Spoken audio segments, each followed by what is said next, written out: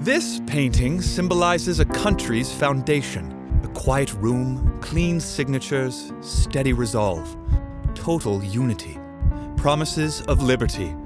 This is the signing of the United States Constitution.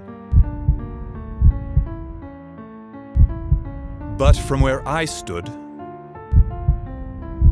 promises were already being broken, and a debt was owed.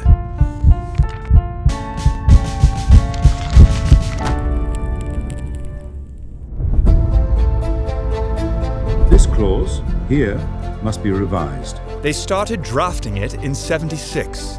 Let us agree to this historic measure. Congress approved it in '77, then began signing in '78, but it didn't officially go into effect until '81. It is finished. And for a moment, we felt we might have a nation. But even as it was being written, the weakness was already there. At Trenton, we marched, broke, pay missing, terms expiring, bellies empty.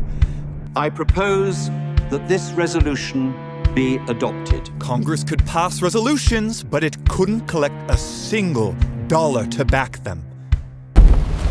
So we crossed on promises, not pay. Then, Valley Forge. Winter didn't just test our commitment, it exposed a weakness. No proper clothes, not enough bread, and the army froze while waiting for Congress to act. The articles were built from fear. We must grant Congress the power to tax, General. Absolutely not. Fear that a strong government would grow into a new tyrant. So they kept the strength with the states. Congress tried to cobble together a semblance of government, but they couldn't even pay their own debts. We'd beaten Britain at Yorktown, yet still we shivered like we'd lost. The fighting ceased, the bill came due. Congress pleaded, states hesitated. Payment isn't coming. We're being called to confer in private.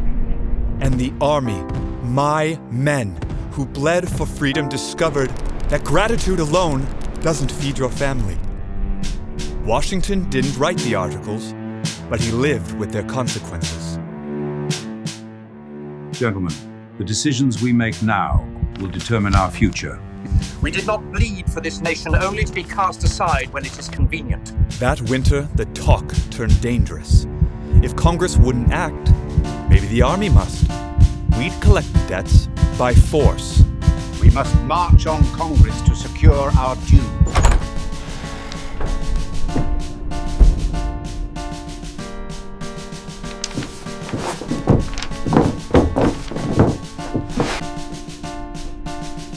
An attempt has been made to convene you together. How inconsistent with the rules of propriety. How unmilitary. I expected him to punish us, charge us with treason.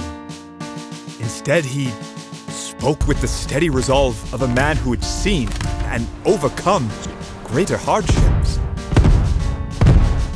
Gentlemen, you will permit me to put on my spectacles. For I have not only grown gray, but almost blind in the service of my country. That was all we needed to hear, and suddenly our fury felt small. And then he did the unthinkable, what victorious commanders almost never do. Having now finished the work assigned me, I retire from the great theater of action. He humbly handed back power. He retired at the end of the war to return to his farm. In that moment, I realized an army could seize anything except legitimacy. We'd beaten a tyrant. Now we had to decide what or who could replace him without becoming him. Because the next fight wasn't on a battlefield. It was over the kind of country we'd become.